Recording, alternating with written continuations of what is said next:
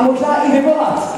DV4, DV4, a pojďte, DV4, DV4, ano, už jsem tady, dámy a pánové. Pojďme se na ně společně podívat a vychutnat si slavnostní maturitní nástup. DV4.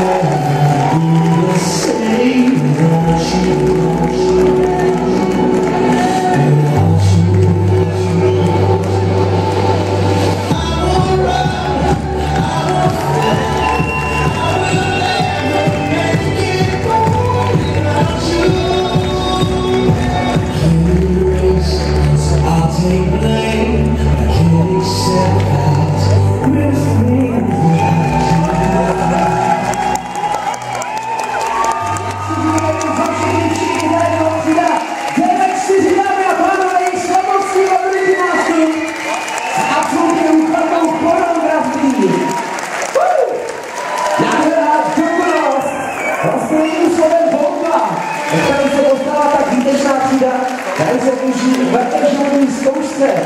Ještě samozřejmě maturita. Dámy a pánové, 9-4.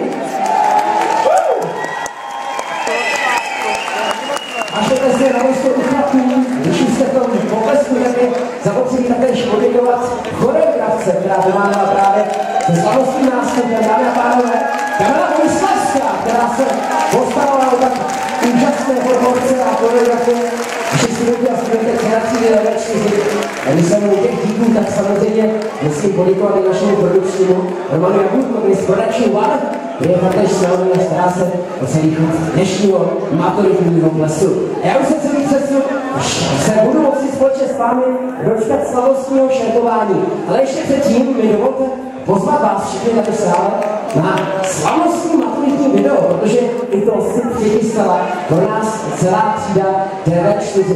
Věřme, že ten jejich kulturní snímek, který pro nás nahráli, bude pro vás tím dalším z nezapomenutelných zážitků dnešního dokonalého maturitního večera. No, třída DV4 se na škole opravdu nefláká, nebo by se říct, sami se na ní už můžete podívat, jak se na vás uspívají, vy se můžete vyblesknout celé své parádě.